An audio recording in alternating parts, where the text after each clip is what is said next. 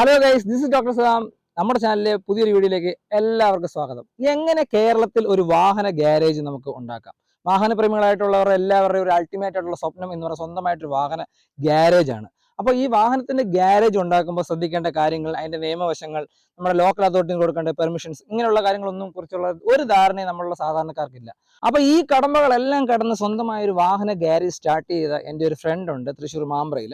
അപ്പൊ ആളോട് തന്നെ അതിന്റെ ലീഗൽ സൈഡും ബാക്കിയുള്ള അതിന്റെ റിസ്ക് ഫാക്ടേഴ്സ് എന്തൊക്കെയാണ്, അങ്ങനെയുള്ള എല്ലാ കാര്യങ്ങളും നമ്മൾ ചോദിച്ച് മനസ്സിലാക്കാം. അതുപോലെ നമ്മുടെ ചാനലിൽ വാഹനങ്ങളുമായിട്ടും അതുപോലെ യാത്രകളുമായിട്ട് റിലേറ്റഡ് ആയിട്ടുള്ള ഒരുപാട് കണ്ടന്റ്സ് വരുന്നുണ്ട്. അതുകൊണ്ട് നിങ്ങൾ ഈ ചാനൽ ഇതുവരെ സബ്സ്ക്രൈബ് ചെയ്തിട്ടില്ലെങ്കിൽ തീർച്ചയായും സബ്സ്ക്രൈബ് ചെയ്യുക. ഇൻസ്റ്റാഗ്രാമിൽ നമ്മളെ ഫോളോ ചെയ്യുക. ലേറ്റസ്റ്റ് ആയിട്ടുള്ള അപ്ഡേറ്റ്സ് എല്ലാം കാര്യങ്ങളൊക്കെ അതിൻ്റെ അതാണ് നമ്മൾ ആദ്യമേ അപ്ഡേറ്റ് ചെയ്യുന്നത്.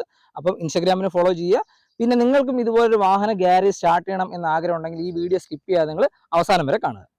അപ്പോൾ ഇതാണ് ഞാൻ പറഞ്ഞ എൻ്റെ സുഹൃത്ത്. ഇവൻ എനിക്ക് ഒരുപാട് കാലമായിട്ട് അറിയുന്ന എൻ്റെ പണ്ടുമുതലേ ഉള്ളൊരു ഫ്രണ്ടാണ്. പേര് അഖിൽ എന്നാണ്. ബാക്കി വിശേഷങ്ങളും കാര്യങ്ങളും ആൾ തന്നെ പറയും. എങ്ങനെയാണ് ഇയാൾ ഗ്യാരേജ് എന്നൊരു സ്വപ്നത്തിലേക്ക് എത്തിയത്, അപ്പം അത് ചെയ്യാൻ വേണ്ടി എടുത്തിട്ടുള്ള എഫേർട്ടുകൾ, കഷ്ടപ്പാടുകൾ, എന്തൊക്കെയാണ് നമ്മൾ ചെയ്യേണ്ട കാര്യങ്ങളുള്ള കാര്യങ്ങളെല്ലാം ഡീറ്റെയിൽ ആയിട്ട് നമുക്ക് ഇന്ന് ഇവൻ്റെ അടുത്ത് ചോദിച്ച് നമുക്ക് ഇവൻ്റെ നോളജ് എല്ലാം നമുക്ക് ഇന്ന് ഊറ്റിയെടുക്കാം. ഓക്കെ, അപ്പോൾ അഖിൽ പറഞ്ഞോ, എന്താണ് നിൻ്റെ കഥ? അല്ലെങ്കിൽ നീ ഇങ്ങനെ ഒരു ഗ്യാരേജ് തുടങ്ങണം എന്നുള്ളൊരു സ്വപ്നം എന്ന് മുതലാണ് തുടങ്ങിയത്? ഗ്യാരേജ് ഓപ്പൺ ചെയ്യാനുള്ള സ്വപ്നം തുടങ്ങിയിട്ട് ഏകദേശം ഒരു അറൗണ്ട് ഒരു 5 വർഷത്തിന് മുകളിലായി. Oh my god. അപ്പോൾ അതിൻ്റെ പുറകിൽ ഞാൻ അതുമായിട്ട് ബന്ധപ്പെട്ട് കുറേ സ്ഥലങ്ങളിൽ നമുക്കതിനുള്ള എന്താ പറയുക എക്സ്പീരിയൻസ് കുറച്ച് കിട്ടണം. അപ്പോൾ അതിനുവേണ്ടി ഒരുപാട് സ്ഥലങ്ങളിൽ ഞാൻ വർക്ക് ചെയ്തിട്ടുണ്ട്. ഗ്യാരേജുകളിൽ പോയിട്ട് നിന്നിട്ടുണ്ട് വർക്ക് പഠിക്കാൻ വേണ്ടിയിട്ടും കാര്യങ്ങളൊക്കെ. അതെ, ഓരോ ഗ്യാരേജുകൾ അത് ഇത് അപ്പോൾ അങ്ങനെ കുറേ എക്സ്പീരിയൻസ് കിട്ടാൻ വേണ്ടി നമ്മൾ കുറേ സ്ഥലത്ത് പോയി. ഈ വാഹനങ്ങൾ അല്ലെങ്കിൽ വാഹനത്തോടൊരു കമ്പം, അല്ലെങ്കിൽ അതാണ് നമ്മുടെ ഒരു ഫീൽഡ്, അല്ലെങ്കിൽ ഇതിനോട് എനിക്കൊരു ഭയങ്കരമായിട്ടൊരു ക്രേസ് ഉണ്ട്, അതൊക്കെ എപ്പോഴാണ് തോന്നി തുടങ്ങി, അല്ലെങ്കിൽ എങ്ങനെയാണ് അങ്ങനെ ഒരു ഇൻസിഡൻസ് എനിക്ക് ഓർമ്മിച്ചെടുക്കാൻ പറ്റുന്നുണ്ടോ? നമ്മൾ ചെറുപ്പം തൊട്ടേ വണ്ടികളായിട്ട് കണക്ഷൻ ഉള്ള കാരണം അങ്ങനെ പെട്ടെന്ന് ഇതിലേക്ക് വന്നതല്ല. അല്ല, ചെറുപ്പം തൊട്ടേ നമുക്ക് വണ്ടികളോട് കണക്ഷൻ ഉണ്ട്. പിന്നെ പതുക്കെ പതുക്കെ അത് കൂടി വന്നുള്ളൂ, കുറഞ്ഞില്ല. ചെറിയ സൈക്കിളിൽ തുടങ്ങി, പിന്നെ വാഹനങ്ങൾ വലുതായി, നമ്മൾ വലുതായി, നമ്മുടെ കൂടെയുള്ള വാഹനങ്ങളും വലുതായി, ആ ഒരു സ്നേഹം കൂടുതലുണ്ടായി, ആ വാഹനത്തിന്റെ ഭ്രാന്തായിട്ട് മാറി അല്ലേ? ഫസ്റ്റ് ഈ പറഞ്ഞ പോലെ കഥകൾ പറയുകയാണെങ്കിൽ ഫസ്റ്റ് ആയിട്ട് എനിക്ക് കിട്ടിയ വണ്ടി അപ്പൻ്റെ ഒരു പഴയ BSS LR സൈക്കിള്. അപ്പൊ അതിൽ നിന്നാണ് നമ്മൾ തുടങ്ങിയത്. ഫസ്റ്റ് പഠിക്കുമ്പോൾ പുള്ളി സൈക്കിളോട്ടി കൊണ്ടാക്കും. അത് കഴിഞ്ഞിട്ട് ആ വണ്ടി നമുക്ക് ചവിട്ടാൻ കിട്ടും. പിന്നെ അത് ചവിട്ടി അതിൽ നിന്ന് പിന്നെ കുറച്ച് കഴിഞ്ഞപ്പോൾ വേറെ സൈക്കിൾ വാങ്ങിച്ചു. അങ്ങനെ പതുക്കെ ഓരോന്ന് അപ്ഡേറ്റ് ചെയ്ത് അവസാനം ഇവിടം വരെ. അവസാനം വാഹനങ്ങൾ എന്താ പറയുക, ഏതൊരു രീതിയിലേക്ക് മാറ്റാനും, അതുപോലെ നമ്മുടെ ഉദ്ദേശിക്കുന്ന നമ്മുടെ ഒരു ക്രിയേറ്റിവിറ്റി അല്ലെങ്കിൽ നമ്മുടെ ഒരു പാഷൻ അതിൻ്റെ അകത്ത് കാണിക്കാൻ പറ്റുന്ന രീതിയിലുള്ള ഒരു ഫുൾ ഫ്ലെഡ്ജഡ് ആയിട്ടുള്ള ഒരു ഓട്ടോമോട്ടീവ് ഗ്യാരേജിന്റെ ഓണർ ആയിരിക്കുകയാണ്. അപ്പം അതിന്റെ സ്റ്റോറിയാണ് ആളെന്ന് പറയാൻ പോകുന്നത്. പറ, എങ്ങനെയാണ് ഫുൾ ഫ്ലെഡ്ജഡ് ആയിട്ടില്ല, സ്റ്റാർട്ട് ചെയ്തിട്ടുള്ളൂ. അതിന്റെ ഒരു സ്റ്റെപ്പ് ബൈ സ്റ്റെപ്പ് ചെയ്തുകൊണ്ടിരിക്കുന്നുള്ളൂ. ഫസ്റ്റ് സ്റ്റെപ്പായിട്ട് ഞാൻ ഒരു സ്റ്റാർട്ടിംഗ് ആയിട്ട് ചെയ്തിട്ടുള്ളൂ. കാരണം നമുക്ക് അത്രയും ഇൻവെസ്റ്റ് ചെയ്യാനുള്ള ഫിനാൻഷ്യലി നമ്മൾ അത്ര ഇല്ല. അപ്പോൾ അതുകൊണ്ട് തന്നെ നമ്മളോട് പറ്റണ രീതിയിൽ ചെറിയൊരു കാർ വാഷിംഗ് ഇതായിട്ട് ഞാൻ സ്റ്റാർട്ട് ചെയ്തു. ചെറിയൊരു ഡീറ്റെയിൽ സ്റ്റുഡിയോ ഉണ്ട്. അപ്പോൾ ഇത്രയും കാര്യങ്ങൾ ചെയ്തു വെച്ചു. ബാക്കി പതുക്കെ ഗ്യാരേജിന്റെ അടുത്തടുത്ത സ്റ്റെപ്പിലേക്ക് പോയിക്കൊണ്ടിരിക്കും. നമ്മൾ വർക്കുകളും കാര്യങ്ങളൊക്കെ എല്ലാം തന്നെ ചെയ്യുന്നുണ്ട്. പക്ഷേ ഗ്യാരേജ് ആയിട്ട് ഇപ്പോൾ മെയിൻ ആയിട്ട് നമ്മൾ ചെയ്യുന്നത് വാഷിംഗ്, ഡീറ്റെയിലിംഗ്, പോളിഷിംഗ്. അപ്പോൾ നമ്മൾ ഇങ്ങനെ ഒരു ഗ്യാരേജ് സ്റ്റാർട്ട് ചെയ്തപ്പോൾ, അപ്പോൾ നമ്മൾക്ക് എല്ലാവർക്കും അറിയാം, ഇപ്പോൾ എല്ലാവർക്കും ഒരു വാഹന പ്രേമികളായിട്ടുള്ള ആൾക്കാർക്കെല്ലാം ഒരു ഏറ്റവും അവസാനത്തെ ഒരു ഡ്രീം എന്ന് പറഞ്ഞാൽ സ്വന്തമായിട്ടൊരു ഗ്യാരേജ്, അറ്റ്ലീസ്റ്റ് സ്വന്തമായിട്ട് നല്ലൊരു വീട്ടിലെങ്കിലും ഒരു നല്ലൊരു ഗ്യാരേജ്, അതൊക്കെ ഒന്ന് വാഷ് ചെയ്യാനും പോളിഷ് ചെയ്യാനും ഒക്കെ ഉള്ളൊരു സെറ്റപ്പ് ആക്കി വെക്കണം എന്നുള്ളൊരു ആഗ്രഹമുണ്ട്. അപ്പോൾ ഇത് നമ്മൾ കൊമേഴ്ഷ്യലി നീ ഇങ്ങനെ ഒരു ബിസിനസ് സ്റ്റാർട്ട് ചെയ്യുമ്പോൾ, അപ്പോൾ എന്തൊക്കെയാണ് അതിൻ്റെ ലീഗൽ സൈഡിൽ, അല്ലെങ്കിൽ നമ്മൾ നിയമപരമായിട്ട് ചെയ്യേണ്ട എന്തെങ്കിലും ലൈസൻസുകൾ എന്തൊക്കെയാണ് അങ്ങനെയുള്ള കാര്യങ്ങൾ? നിയമപരമായിട്ട് പറയുമ്പോൾ മെയിനായിട്ട് നമുക്ക് വേണ്ടത് പൊല്യൂഷൻ കൺട്രോൾ ബോർഡിന്റെ. ഇപ്പൊ നമ്മൾ എല്ലാ ഗ്യാരേജിലും ഇപ്പോൾ വാഷിംഗ് ഉണ്ടാവണമെന്നില്ല. ഞാൻ ഈ കാർ വാഷിംഗ്, ഡീറ്റെയിലിംഗ് ചെയ്യുന്ന കാരണം എനിക്ക് എന്തായാലും നമ്മൾ ഈ വെള്ളം യൂസ് ചെയ്യണത് ട്രീറ്റ് ചെയ്തിട്ട് വേണം നമ്മൾ ഭൂമിയിലേക്ക് വീണ്ടും റീസൈക്കിൾ ചെയ്ത് വിടാം. അപ്പോൾ അതുകൊണ്ട് നമുക്ക് പൊല്യൂഷൻ കൺട്രോൾ ബോർഡിന്റെ ലൈസൻസ് മസ്റ്റ് ആയിട്ടും വേണം. ഇപ്പൊ അല്ലാത്ത ഗ്യാരേജ് ആണെന്നുണ്ടെങ്കിൽ, നമ്മളിപ്പോൾ മെക്കാനിക്കൽ ഗ്യാരേജ് ആണ് ഉദ്ദേശിക്കുന്നതെന്നുണ്ടെങ്കിൽ പൊല്യൂഷൻ കൺട്രോൾ ബോർഡിന്റെ ഇത് വേണ്ട. അതിന് വേറെ ഹെൽത്തിന്റെ പേപ്പർ, പിന്നെ പൊല്യൂഷന്റെ തന്നെ വേറെ ഓയിൽ, നമുക്ക് ഈ ഓയിൽ വേസ്റ്റേജ് വരും. അതേപോലെ നമ്മൾ ഈ തുടക്കുന്ന കോട്ടൺ വേസ്റ്റുകൾ, ഇതൊക്കെ നമുക്ക് ഡിസ്പോസ് ചെയ്യാനായിട്ട് വേറൊരു പേപ്പർ വേണം. അതാണ് മെയിനായിട്ട് വേണ്ടത്. അല്ലാണ്ട് ഇതേപോലെ ഇത്രയും കോംപ്ലിക്കേറ്റഡ് അല്ല നോർമൽ ഗ്യാരേജിൽ. ഈ വാഷിംഗ്, ഡീറ്റെയിലിംഗ് വരുമ്പോൾ ഇച്ചിരി കോംപ്ലിക്കേറ്റഡ് ആണ്. മെയിനായിട്ട് വേണ്ടത് പൊല്യൂഷൻ കൺട്രോൾ ബോർഡിന്റെ സർട്ടിഫിക്കറ്റ് ആണ്. അത് കഴിഞ്ഞിട്ട് പിന്നെ വേണ്ടത് പഞ്ചായത്തിന്റെ ലൈസൻസ്, ബിൽഡിംഗ് നമ്പർ. ഇത്രയാണ് മെയിനായിട്ട് വേണ്ടു. ഇലക്ട്രിസിറ്റിയായിട്ട് ബന്ധപ്പെട്ട ഇലക്ട്രിസിറ്റി വലിയ വിഷയങ്ങളില്ല. കാരണം നോർമൽ നമ്മൾ ഒരു വീടിനോ അല്ലെങ്കിൽ ഒരു സ്ഥാപനത്തിന് എടുക്കുന്നത് പോലെ എടുക്കാൻ പറ്റും. അല്ലാതെ ഈ 3 ഫേസ് അങ്ങനെയുള്ള കണക്ഷൻസ് ഒന്നും നമുക്ക് അത്ര ഹെവി ഡ്യൂട്ടി ആയിട്ടുള്ള ഒന്നും വേണ്ട. ബെസ്റ്റ്. കാരണം നമുക്കിപ്പോൾ ഒരു ലൈൻ പോയി കഴിഞ്ഞാലും മറ്റേ ലൈൻ വെച്ച് യൂസ് ചെയ്യാൻ പറ്റും. പറ്റും. Okay. നമുക്കിപ്പോൾ അത്രയും ഹെവി ഇതായിട്ടുള്ള മെഷീൻസ് ഇല്ല. പിന്നെ ഞാൻ യൂസ് ചെയ്യുന്നുണ്ട്. പിന്നെ നമുക്ക് 3 ഫേസ് കിട്ടണമെങ്കിൽ ഒരു 3 ഫേസ് മെഷീൻ വേണം. അപ്പോൾ അതുകൊണ്ട് ഞാനൊരു കംപ്രസർ 3 ഫേസ് യൂസ് ചെയ്യണം. അത് കമ്പൽസറിയാണ്. 3 ഫേസ് കണക്ഷൻ വേണമെങ്കിൽ ഒരു മെഷീനെങ്കിലും 3 ഫേസ് വേണം.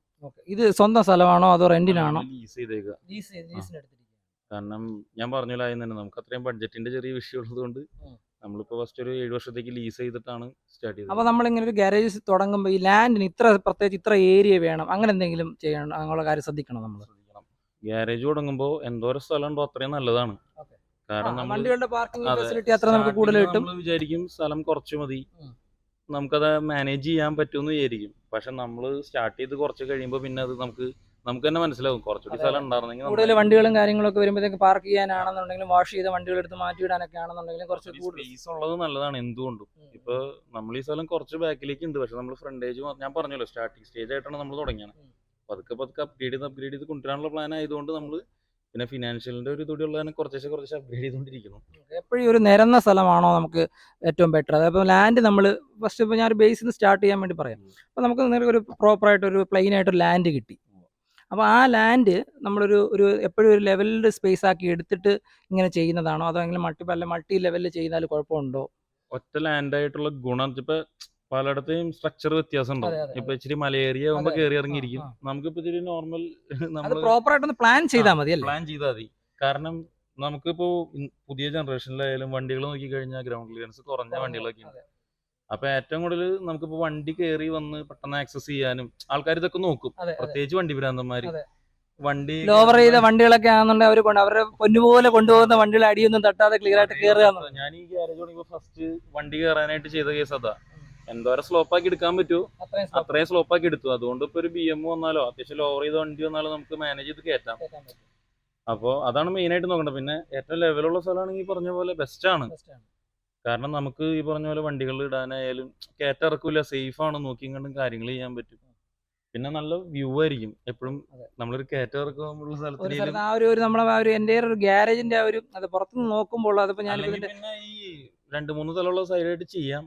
ഇപ്പൊ ചുറ്റും റോഡ് ഇങ്ങനെ ക്രോസ് ചെയ്ത് വളഞ്ഞൊക്കെ പോണ ഏരിയ ആണെങ്കിൽ ഇച്ചിരി പൊങ്ങിക്കാണെങ്കിൽ നല്ലൊരു വ്യൂ ആയിരിക്കും. ഈ സ്ഥലം ഇച്ചിരി പൊന്തി നിക്കണേ, ഇത് ഇതിലും ഹൈറ്റ് ആയിരുന്നു, ഇതാകെ ഒക്കെ ആയിരുന്നു. അപ്പൊ നമ്മളത് റെഡിയാക്കി എടുത്താണ് ലെവൽ ചെയ്തിട്ട്.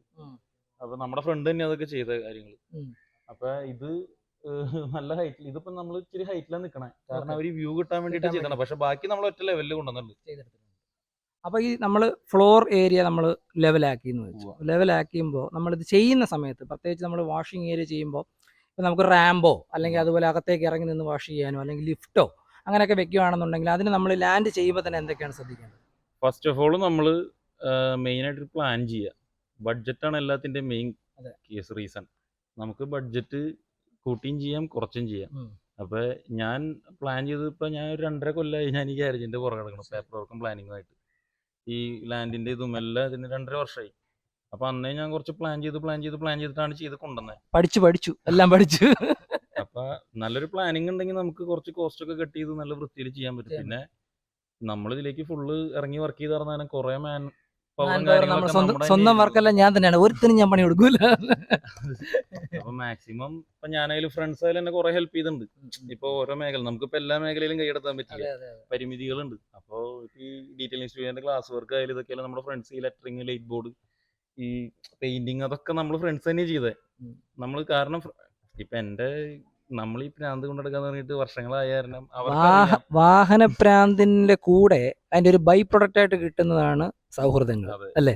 അത് ബൈ പ്രൊഡക്റ്റ് ആണെന്ന് പറയാൻ പറ്റില്ല, അതാണ് ആക്ച്വലി അതിന്റെ ഒരു ബാക്ക് ബോൺ അല്ലേ? ഈ സൗഹൃദങ്ങൾ കൂടെയാണ്. ഇപ്പൊ നമ്മളിപ്പോ ഒരു വാഹനം വാങ്ങിച്ചു, അപ്പൊ ആ വാഹനം കൊണ്ട് നടക്കുമ്പോൾ എൻ്റെ കൂടെ ആണെങ്കിൽ ഇപ്പൊ എൻ്റെ കൂടെ ഈ വീഡിയോ എടുക്കുന്ന എൻ്റെ ഫ്രണ്ട് ആണെങ്കിൽ പോലും അവൻ എൻ്റെ വണ്ടിയുടെ ഒരു ഇതിൽ വന്നതാണ്, എൻ്റെ കൂടെ വന്ന എൻ്റെ ഫ്രണ്ടാണ് ഇപ്പൊ എൻ്റെ ഒരു കൂടപ്പുറപ്പിനെ എല്ലായിടത്തും വരുന്നു, കാര്യങ്ങളൊക്കെ ചെയ്യുന്നു. അപ്പം അത് വാഹനങ്ങൾ കൂടെ ഉണ്ടാകുന്ന ബന്ധങ്ങൾ എന്ന് പറഞ്ഞാൽ അതൊരു ഞാൻ ഇവന് നിൽക്കുന്നത് തന്നെയാണെങ്കിലും അറിയാവുന്ന വണ്ടിയുടെ പേരിൽ മാത്രമേ ഉള്ളൂ. നമ്മളങ്ങനെ ഒരുമിച്ച് പഠിച്ചിട്ടില്ല അല്ലേ, ചെറുപ്പത്തിൽ കണ്ടിട്ടില്ല, അങ്ങനെയുള്ള ഒരു ചൈൽഡ്ഹുഡ് ഫ്രണ്ട് അല്ല. നമുക്ക് വാഹനങ്ങളിൽ കൂടെ ഉണ്ടായ ഒരു അതിനൊരു പ്രത്യേകതയുണ്ട്. ഇത് ഭയങ്കര സെൽഫിഷ് ആയിട്ടുള്ള സാധനമൊന്നുമല്ല. നോർമൽ ഫ്രണ്ട്ഷിപ്പിൻ്റെ അകത്ത് ഒരുപാട് ഇഷ്യൂസും കാര്യങ്ങളൊക്കെ വരാം, ട്രസ്റ്റ് ഇഷ്യൂസ് വരും, എന്തെങ്കിലും മണിയുടെ ഇഷ്യൂസ് വന്നു കഴിഞ്ഞാൽ അങ്ങനെ വരും. പക്ഷെ വാഹനങ്ങളുമായിട്ട് ഇങ്ങനെയുള്ള സാധ്യതകൾ വളരെ കുറവ്, വളരെ റിസ്ക് ഫ്രീ ആയിട്ടുള്ള റിലേഷൻഷിപ്പാണ് അല്ലേ? ബട്ട് മാത്രമല്ല ആ റിസ്ക് ഫ്രീ ആയിട്ടുള്ള റിലേഷൻഷിപ്പിലുള്ള ആൾക്കാർ നമ്മുടെ കൂടെ നല്ല റിസ്ക് എടുത്ത് നിൽക്കുകയും ചെയ്യും. അവർ വേറെ ഒന്നും എക്സ്പെക്ട് ചെയ്യാതെ നമ്മുടെ കൂടെ നിൽക്കുകയും ചെയ്യും. അത് ഇങ്ങനെയുള്ള ബിസിനസ് ഒക്കെ സ്റ്റാർട്ട് ചെയ്യുമ്പോൾ ഭയങ്കര ഒരു ബാക്ക് ബോൺ ഭയങ്കര ബെനിഫിറ്റ് ആണ്. ഫ്രണ്ട്സ് ഞാൻ പറഞ്ഞല്ലോ എന്നെ ഏറ്റവും കൂടുതൽ ഹെൽപ്പ് ചെയ്തത് ഫാമിലി ഇല്ല എന്നല്ല ഞാൻ പറഞ്ഞത്. ഫാമിലി എനിക്ക് അത്രയും സപ്പോർട്ട് ഉണ്ട്. പക്ഷേ ഇങ്ങനത്തെ കാര്യങ്ങളൊക്കെ ഹെൽപ്പും കാര്യങ്ങളും ഫ്രണ്ട്സ് കാര്യമായിട്ട് ഹെൽപ്പ് ചെയ്തിട്ടുണ്ട്. അപ്പോൾ ഇങ്ങനെ ഈ ഒരു ഇൻഫ്രാസ്ട്രക്ചർ, അപ്പോൾ നമ്മളിപ്പം ഒരുപാട് മെറ്റീരിയൽസ് വരുന്നുണ്ട്, ഒരുപാട് ഡിഫറെൻറ്റ് സ്റ്റൈലുകൾ വരുന്നുണ്ടല്ലോ. ഒരുപാട് ഇപ്പം ഗ്യാരേജുകൾ എന്ന് പറഞ്ഞാൽ പീസ് ഓഫ് ആർട്ട് പോലാണ്. ഓരോ ഗ്യാരേജൊക്കെ കണ്ടു കഴിഞ്ഞാൽ നമ്മളൊരിക്കും വാവ് ഇതെങ്ങനെ ഇവന്മാർ ചെയ്തെടുക്കുന്നു. അപ്പോൾ അവരുടെ ഒരു ക്രിയേറ്റിവിറ്റി കാണിക്കാനുള്ള ഒരു മേഖലയായിട്ട് ഇത് എടുക്കുന്നുണ്ട്. അപ്പോൾ ആ ഒരു ഗ്യാരേജ് കണ്ടു കഴിഞ്ഞാൽ നമുക്ക് ചിലർ കഫേ പോലെ ഗ്യാരേജ് സെറ്റ് ചെയ്യുന്നവരുണ്ടാവും, ഗ്യാരേജിൻ്റെ അകത്ത് കഫേ സെറ്റ് ചെയ്യുന്നവരുണ്ടാവും, കഫേയൊക്കെ ഓട്ടോമോട്ടീവ് സ്റ്റൈൽ വെക്കുന്നവരുണ്ട്. നമ്മുടെ ബഡ്ജറ്റാണ്. ബജറ്റും നമ്മുടെ സാഹചര്യങ്ങളും നമ്മുടെ ചുറ്റുപാടുകളും നമ്മുടെ കയ്യിൽ എത്ര പൈസ ഉണ്ടെന്നനുസരിച്ച് ഇതിനെ മനോഹരമാക്കാം അല്ലേ. യൂട്ടിലിറ്റി ഗ്യാരേജ് തുടങ്ങാം, അതിന് കുഴപ്പമില്ല. നമ്മൾ ചെറിയ രീതിയിൽ തുടങ്ങുക, പതുക്കെ നമുക്ക് ഇരുന്നിട്ട് കാല് നീട്ടുക എന്നുള്ള രീതിയിലുള്ള അപ്ഗ്രേഡ്. അപ്പൊ നമ്മൾ ചെയ്യുന്ന സമയത്ത് ലാൻഡൊക്കെ അക്വിസിഷൻ ചെയ്യുന്ന സമയത്താണെങ്കിലും ഭാവിയിലേക്ക് നമ്മൾ ചെയ്യുമ്പോൾ മാക്സിമം ഒരു 5 വർഷം 7 വർഷം നോക്കുക. കാരണം എന്നാലാണ് നമുക്കിപ്പോ സ്റ്റാർട്ട് ചെയ്ത് ഒന്ന് റണ്ണിങ് ആയി. ഇപ്പൊ ഭാവിയിൽ എന്തെങ്കിലും ഇപ്പൊ ലാൻഡിന്റെ വിഷയം ഒന്നും പറയാൻ പറ്റില്ല, മനുഷ്യന്മാരുടെ കാര്യം. അപ്പൊ എന്തെങ്കിലും വിഷയം വന്നാലും ഒന്ന് നമുക്ക് അങ്ങോട്ട് ഷിഫ്റ്റ് ചെയ്യണമെങ്കിൽ നമുക്ക് ഓരോ പ്രശ്നങ്ങൾ ഉണ്ടാവില്ല. നമ്മൾ അപ്പോഴത്തേക്ക് എസ്റ്റാബ്ലിഷ് ആയിട്ടുണ്ടാവും. പിന്നെ നമ്മുടെ സ്ഥലം മാത്രം മാറണുള്ളൂ, പേര് മാറില്ല. നമ്മൾ അപ്പോഴത്തേക്കും നമ്മുടെ ബ്രാൻഡ് എന്നുള്ള സാധനം അവിടെ ഓൾറെഡി ആയിട്ടുണ്ടാവും. അതുപോലെ ശ്രദ്ധിക്കേണ്ട ഒരു കാര്യം, അത് ഈ ഓട്ടോമോട്ടീവ് ബിസിനസ് എന്നല്ല, എന്ത് ബിസിനസ് ആണെങ്കിലും നമ്മൾ പുതിയതായിട്ട് നമ്മുടെ ഫുൾ എഫർട്ട് ഇട്ടിട്ട് ഒരു ബിസിനസ് സ്റ്റാർട്ട് ചെയ്തിട്ട് ഇപ്പോൾ നമ്മൾ ലീസിന് എടുക്കാം, മേ ബി 1 വർഷത്തേക്ക് ലീസിന് എടുക്കുകയാണെന്ന് വെച്ചു. അപ്പോൾ നമ്മളൊരു പർട്ടിക്കുലർ എമൗണ്ട് വാടകയൊക്കെ പറഞ്ഞാൽ 1 വർഷത്തേക്ക് ഒരു പ്രോപ്പർട്ടി ലീസിന് എടുത്തു. നമ്മുടെ ബിസിനസ് ഒന്ന് ക്ലച്ച് പിടിച്ച് അപ്പോൾ നമുക്ക് കുറച്ച് ബിസിനസ്സും കാര്യങ്ങളൊക്കെ ഉണ്ടെന്ന് ആ ലാൻഡ് ഓണറിന് തോന്നിക്കഴിഞ്ഞാൽ നെക്സ്റ്റ് ഇയർ വാടക നമ്മൾ റിന്യൂ ചെയ്യാൻ പോകുമ്പോൾ ആളുടെ സ്വഭാവമാണ്. അവർ പറയും അത് അന്നത്തെ കാര്യം, ഇത് ഇപ്പോഴത്തെ കാര്യം. അതുകൊണ്ട് എപ്പോഴും ഒരു ലോങ് ടൈമിലേക്കുള്ള ലീസുകളും കാര്യങ്ങളൊക്കെ എടുക്കാം. നമ്മളെന്തായാലും പെട്ടെന്ന് ഒരു കൊണ്ട് നടത്തി. പിന്നെ നമ്മൾ ഇതിന്റെ റിസ്ക് ഫാക്ടർ ഉണ്ട് കേട്ടോ, അത് ഞാൻ പിന്നെ പറയാം. നമ്മൾ പെട്ടെന്ന് പോരുകൊണ്ട് നടത്തി കോടീശ്വരനാവാന്നുള്ള സെറ്റപ്പ് അല്ല. എന്തായാലും നമ്മൾ ഗ്യാരേജ് തുടങ്ങിക്കഴിഞ്ഞാൽ ഇതിന്റെ ഒന്ന് റെഡിയായി റണ്ണിങ് ആയി വരാൻ മിനിമം ഒരു 6 മാസം പിടിക്കും. അത് കഴിഞ്ഞിട്ട് മാത്രമേ നമുക്ക് ഇതിന്റെ ബാക്കി പരിപാടികളെ കുറിച്ച് ചിന്തിക്കാനേ പറ്റുള്ളൂ. അപ്പൊ നമുക്കൊരു 3 കൊല്ലം എന്തായാലും സ്റ്റാർട്ടിങ് പീരീഡ് ആണ്. അപ്പൊ അതുകൊണ്ടാണ് ഞാൻ പറഞ്ഞത് ഇത്തിരി ലോങ് ടൈമിൽ നമ്മൾ സ്ഥലം ലീസ് ചെയ്യുകയാണെങ്കിൽ കുറച്ചുകൂടി ബെറ്റർ ഓപ്ഷൻ ആണ്. അപ്പോൾ നമ്മൾ ഇത്ര നേരം ഇതിന്റെ ഒഫീഷ്യൽ വർക്കുകളുടെ കാര്യങ്ങൾ, ഒഫീഷ്യൽ പേപ്പേഴ്സ് ക്ലിയർ ചെയ്യാൻ വേണ്ടിയിട്ട് എത്ര സമയം എടുത്താണ് ചെയ്തിപ്പോൾ? നമുക്ക് പൊല്യൂഷൻ കൺട്രോൾ ബോർഡിന്റെ പേപ്പർ റെഡി ആയി വരാനായിട്ട് മിനിമം ഒരു 6 മാസം നമ്മൾ കണക്ക് കൂട്ടണം. അപ്പോൾ നമ്മൾ ഓൾറെഡി നമ്മളിപ്പോൾ അത് എസ്റ്റാബ്ലിഷ് നമുക്കൊരു ഒരു ഇനാഗുറേഷൻ ഡേറ്റ് നമ്മൾ ഫിക്സ് ചെയ്യുകയാണെന്നുണ്ടെങ്കിൽ അതിനനുസരിച്ച് ഇതെല്ലാം നേരത്തെ തന്നെ ചെയ്തു വെക്കണം. കാരണം ഏറ്റവും കൂടുതൽ ടൈം എടുക്കുന്നതും പൊല്യൂഷൻ കൺട്രോൾ ബോർഡിന്റെ പേപ്പർ. കാരണം അവരെയും പറഞ്ഞിട്ട് കാര്യമില്ല. അവർക്ക് എനിക്ക് തോന്നുന്ന ഒരു ആഴ്ചയിൽ തന്നെ ഏകദേശം 10-200 ആപ്ലിക്കേഷൻ വരുന്നുണ്ട്. അപ്പോൾ അവരാകെ ആൾക്കാർ കുറവായതിൻ്റെ പേരിൽ അവർക്കും 2 പ്രാവശ്യം വന്ന് നമ്മുടെ ഇത് കാര്യങ്ങളൊക്കെ നോക്കിയിട്ട് പോകണം. അപ്പോൾ അതിൻ്റെതായ സമയം അവിടെ എടുക്കും. ഏറ്റവും കുറഞ്ഞത് ഒരു 6 മാസം നമ്മൾ കണക്ക് കൂട്ടണം. അപ്പോൾ നമ്മൾ ഗ്യാരേജ് പണിയാൻ ഫസ്റ്റ് പ്ലാൻ ചെയ്യുമ്പോൾ തന്നെ പേപ്പർ വർക്ക് സ്റ്റാർട്ട് ചെയ്യണം. അതായത് ഫുൾ പേപ്പർ വർക്ക് സ്റ്റാർട്ട് ചെയ്ത് നമ്മളിപ്പോൾ ഒരു ലാൻഡ് അക്വിസിഷൻ ചെയ്തു, നമ്മളിത് തുടങ്ങുമ്പോൾ തന്നെ പേപ്പർ വർക്കുകൾ അതിനുള്ള ഒഫീഷ്യൽ ഡേറ്റാസും എന്തൊക്കെയാണോ ഡോക്യുമെന്റ്സ് ആവശ്യമുള്ള ഈ സാധനങ്ങളെല്ലാം കൊണ്ട് കൊടുക്കുക. നേരത്തെ അഡ്വാൻസ് ചെയ്തിരുന്ന കേസ് ചെയ്യണതിന്റെ ഗുണം എന്താണെന്ന് വെച്ച് കഴിഞ്ഞാൽ ഫസ്റ്റ് തന്നെ ഈ പൊല്യൂഷൻ കൺട്രോൾ ബോർഡിൽ നമ്മൾ ആപ്ലിക്കേഷൻ വെക്കും. അപ്പോൾ അവർ നമുക്ക് നമ്മുടെ ലേഔട്ടിന്റെ അടുത്തുള്ള കുറച്ച് റെസ്ട്രിക്ഷൻസ് ഉണ്ട് അവർക്ക്.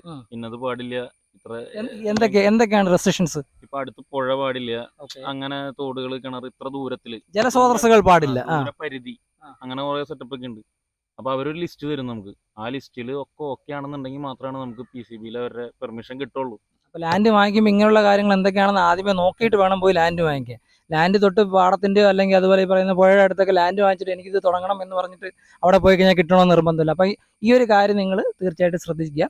പിന്നെ അടുത്ത് റെസിഡൻഷ്യൽ പാടില്ല, റെസിഡൻഷ്യൽ ബിൽഡിംഗ് പാടില്ല. അതായത് ഇത്ര മീറ്റർ ഉണ്ട്. അപ്പോൾ ഈ ടൗണുകൾ നമ്മൾ സിറ്റിയിലുള്ള നടക്കൊക്കെ ചെയ്യുന്നതോ ആൾക്കാർ നമ്മൾ മെയിനായിട്ട് നമ്മൾ ഈ വെള്ളം ട്രീറ്റ് ചെയ്യണ നമ്മുടെ പിറ്റ് ഉണ്ടല്ലോ, പിറ്റി എന്നുള്ള ഇതാണ് കാൽക്കുലേറ്റ് ചെയ്യുക. അപ്പൊ അത് മിക്കവാറും 10 മീറ്റർ അല്ലെങ്കിൽ അതിന് മുകളിലുണ്ടാവും. നമ്മുടെ ഇന്ന് 10 മീറ്ററിനുള്ളിൽ റെസിഡൻഷ്യൽ പാടില്ല. അങ്ങനെ കുറച്ച് നിയമങ്ങളുണ്ട്. അതാണ് ഞാൻ പറഞ്ഞത്, അവരുടെ കുറച്ച് ഇതുണ്ട്, നിയമങ്ങളുണ്ട്. അതൊക്കെ ഓക്കെ ആണെങ്കിൽ മാത്രമാണ് നമുക്ക് അവർ അതിന്റെ ഇത് തരുള്ളൂ. ഇവിടെ അങ്ങനെ വിഷയങ്ങളൊന്നും ഇല്ലാത്ത തന്നെ നമുക്ക് അതൊക്കെ അത്യാവശ്യം കണ്ടില്ലേ, ഇഷ്ടംപോലെ വിശാലമായ ഒറ്റപ്പെട്ട സ്ഥലമാണ്. അതുകൊണ്ട് വേറെ അങ്ങനെയുള്ള ഇഷ്യൂസും കാര്യങ്ങളൊന്നുമില്ല. അപ്പോൾ ഈ ഒരു നമ്മൾ പേപ്പർ വർക്കുകളെല്ലാം ചെയ്തു, ലാൻഡ് എടുത്തു, അതിനുശേഷം നമുക്ക് മെയിനായിട്ട് വേണ്ട മെഷീനറീസ് ആണ് അല്ലേ. അപ്പോൾ ഈ പറയുന്ന വാട്ടർ റീസൈക്ലിംഗ് മുതൽ അതിൻ്റെ ഫിൽട്രേഷൻ യൂണിറ്റ് മുതൽ വാഷിംഗ് യൂണിറ്റാണ് സ്റ്റാർട്ട് ചെയ്യുന്നുണ്ടെങ്കിൽ അതിനുള്ള കംപ്രസർ, വേറെ എന്താണ് വേണമല്ലോ, കംപ്രസർ വേണം. അതുപോലെ നമ്മൾ ഈ വാഷിങ്ങിനുള്ള മെഷീൻ അല്ലേ, പ്രഷർ വാഷേഴ്സ്, പിന്നെ അതിൻ്റെ Vacuum piping cleaners. System, vacuum cleaner, പിന്നെ സ്റ്റീം മെഷീൻ ഉണ്ടെന്നുണ്ടെങ്കിൽ സ്റ്റീം ചെയ്യുന്നുണ്ടെങ്കിൽ അങ്ങനെയുള്ള കാര്യങ്ങൾ.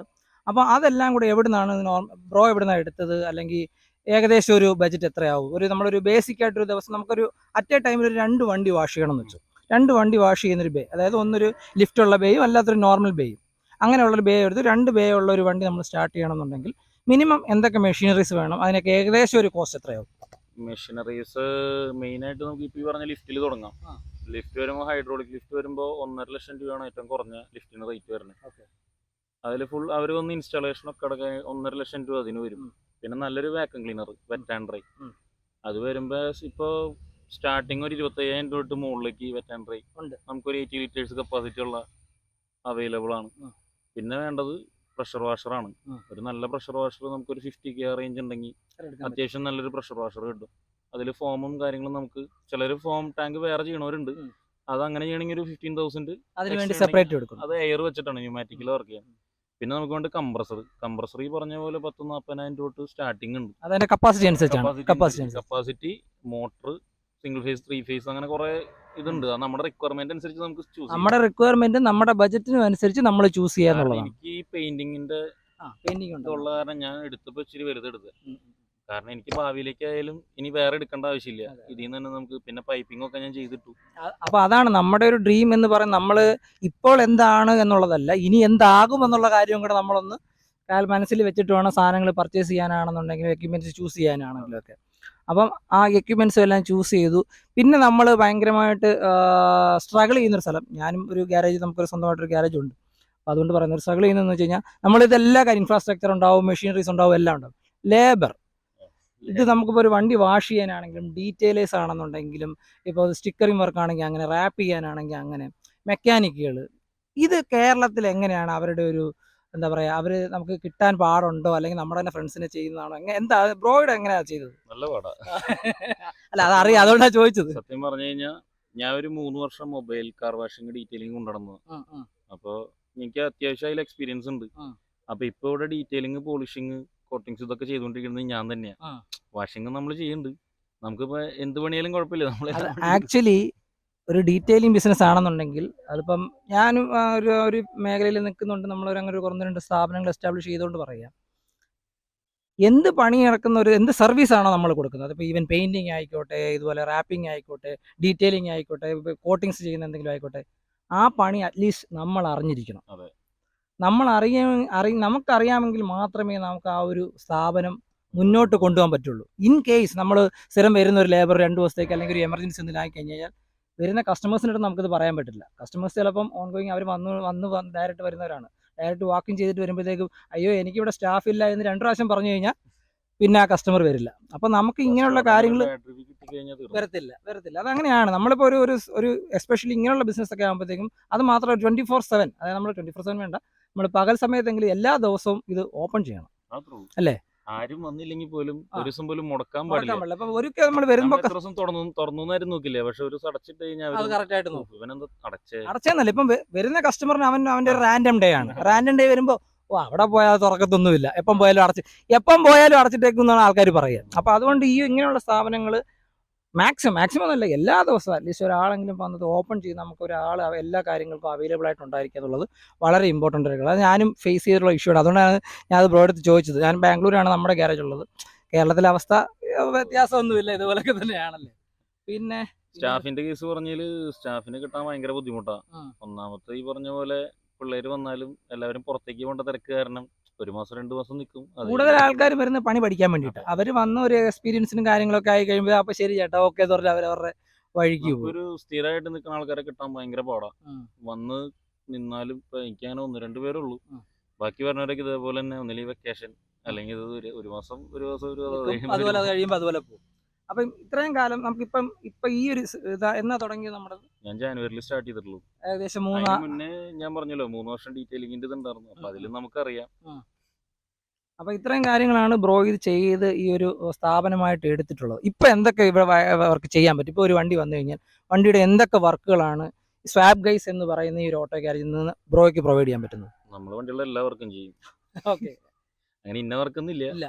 ഓൾട്രേഷൻ ആയാലും എന്ത് വർക്കും ചെയ്യും. ബോഡി വർക്ക്, ഓൾട്രേഷൻ വർക്ക്സ്, അതുപോലെ പെയിന്റിങ്, അങ്ങനെയുള്ള കാര്യങ്ങൾ. എല്ലാം നമ്മൾ ചെയ്യും. പെയിന്റിങ്, കോട്ടിങ്സ്, അതായത് ബോഡിയുമായിട്ട് റിലേറ്റഡ് ആയിട്ടുള്ള എല്ലാ വർക്കുകളും ചെയ്യും. ഡീറ്റെയിലിംഗ് ഫുള്ള് റീസ്റ്റോർ ചെയ്യണമെന്നുണ്ടെങ്കിൽ അത് നമ്മൾ ചെയ്യും. റീസ്റ്റോറേഷനാ ശരിയാ. ബ്രോയുടെ ഇഷ്ടം പോലെ പഴയ ബ്രോ ഒരു സുസുക്കി ഭ്രാന്തനാണ് കേട്ടോ. സുസുക്കി വെഹിക്കിൾസിന്റെ ഒരു ഭ്രാന്തനാണ്. ഒരുപാട് 800 പഴയ ഒരുപാട് വണ്ടികൾ യൂസ് ചെയ്യുന്നുണ്ട്. നമുക്ക് കണ്ടു കാണാം എന്തൊക്കെ വണ്ടിയാണ് അവിടെ ഉള്ളതെന്നൊക്കെ. വരുന്ന എപ്പിസോഡിലൊക്കെ മാക്സിമം വണ്ടികളൊക്കെ ഞാൻ കൊണ്ടുവരാം.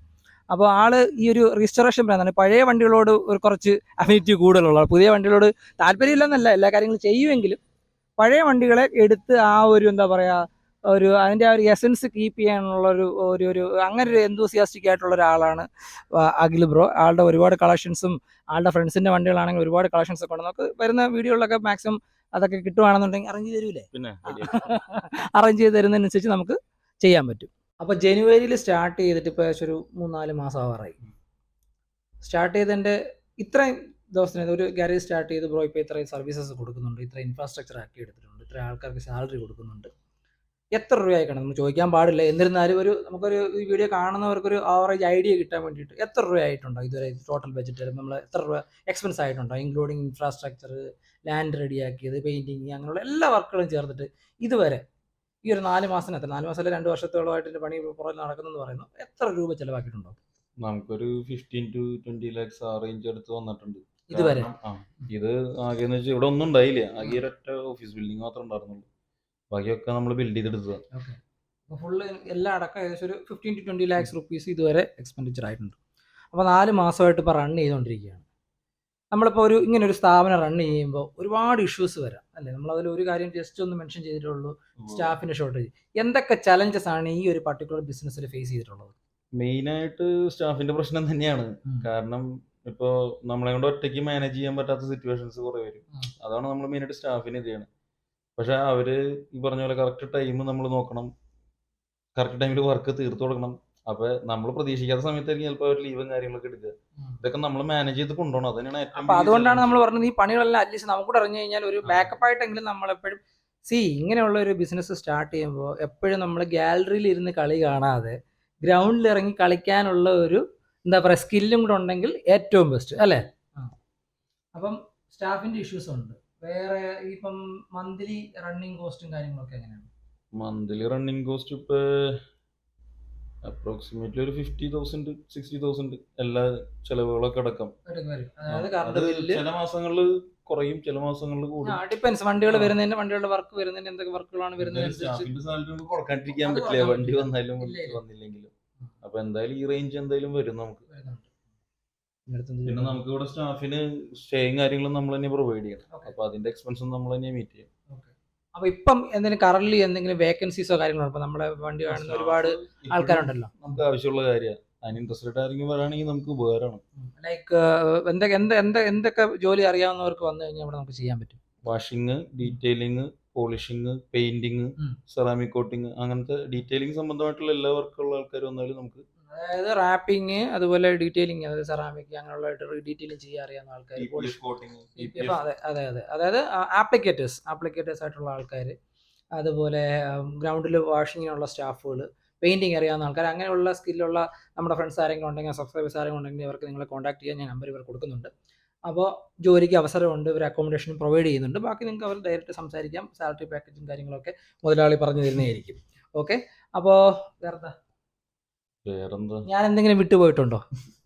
താങ്കൾ ഈ ഒരു സ്ഥാപനം തുടങ്ങി ഫേസ് ചെയ്ത കാര്യങ്ങളിലോ, അല്ലെങ്കിൽ എന്തെങ്കിലും ഇതുപോലൊരു ബിസിനസ് സ്റ്റാർട്ട് ചെയ്യുന്നവർക്ക് പറഞ്ഞു കൊടുക്കാനുള്ള, അല്ലെങ്കിൽ ഒരു മോട്ടിവേഷനായിട്ടോ ഡീമോട്ടിവേഷനായിട്ടോ, അല്ലെങ്കിൽ ഒരു പോസിറ്റീവോ നെഗറ്റീവോ ആയിട്ടുള്ള എന്തെങ്കിലും കാര്യങ്ങൾ പറഞ്ഞു കൊടുക്കാനുണ്ടെങ്കിൽ എന്തെങ്കിലും ഓർമ്മ വരുന്നുണ്ടെങ്കിൽ പറഞ്ഞു. മെയിൻ ആയിട്ടുള്ള കേസ് എന്ന് വെച്ച് കഴിഞ്ഞാൽ, നമ്മൾ ഈ ഒരു കേസിലേക്ക് ഇറങ്ങിക്കഴിഞ്ഞാൽ പലരും നമ്മളെ തളർത്താനും നമ്മളെ ഇത് തന്നെയല്ല എന്ത് കാര്യമാണെന്നുണ്ടെങ്കിലും അപ്പൊ നമ്മള് നമ്മുടെ മെന്റൽ സ്ട്രെങ്ത് മെയിൻറ്റെയിൻ ചെയ്ത് കൊണ്ടുപോകാം. ഇപ്പൊ എനിക്ക് തന്നെ ഇത് സ്റ്റാർട്ട് ചെയ്തപ്പോ പല രീതിയിലുള്ള ബുദ്ധിമുട്ടുകൾ കുറെ ഉണ്ടായിട്ടുണ്ട്. ഇവിടെ നമ്മള് ആദ്യം ഞാൻ പറഞ്ഞില്ല 2.5 കൊല്ലായി. അപ്പൊ അതിനിടയ്ക്ക് ഇവിടെ ഞാൻ 2-3 വണ്ടി പാർക്ക് ചെയ്തിട്ട സമയത്ത് ഈ ഏരിയയിൽ നമ്മുടെ ലോക്കലുകാരാണ്, അവര് വന്ന് നമ്മുടെ 2-3 വണ്ടി നശിപ്പിച്ചായിരുന്നു. അപ്പൊ അങ്ങനെ കുറെ ഇതൊക്കെ വന്നപ്പോ നമ്മള് മെന്റലി അങ്ങോട്ട് ഡൗൺ ആയി പോയി. പിന്നെ നമ്മൾ അതിന് വെറുതെ കയറി എന്നിട്ട് പിന്നെ എനിക്ക് വാശിയായി. അങ്ങനെ പിന്നെ കയറി പിന്നെ നമ്മൾ എന്തായാലും സ്റ്റാർട്ട് ചെയ്തേ പറ്റുള്ളൂ എന്നുള്ളൊരു ഇതായിപ്പോ പിന്നെ പേപ്പർ വർക്കിന്റെ ചെറിയ ചെറിയ പ്രശ്നങ്ങൾ. അപ്പൊ അതൊക്കെ വന്നപ്പോ നമുക്ക് ഇത്തിരി കൂടി മോട്ടിവേഷൻ കൂടി.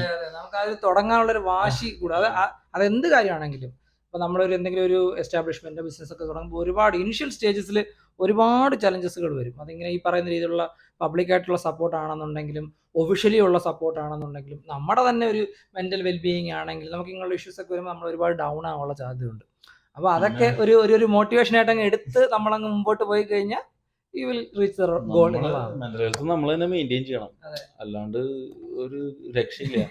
പിന്നെ മെയിൻ കേസ് എന്ന് വെച്ച് കഴിഞ്ഞാൽ നമ്മള് ഇപ്പൊ കേരളത്തിന്റെ അവസ്ഥ അനുസരിച്ച് എന്ത് പരിപാടി തുടങ്ങണമെങ്കിലും നമുക്ക് സപ്പോർട്ട് വളരെ കുറവാണ്.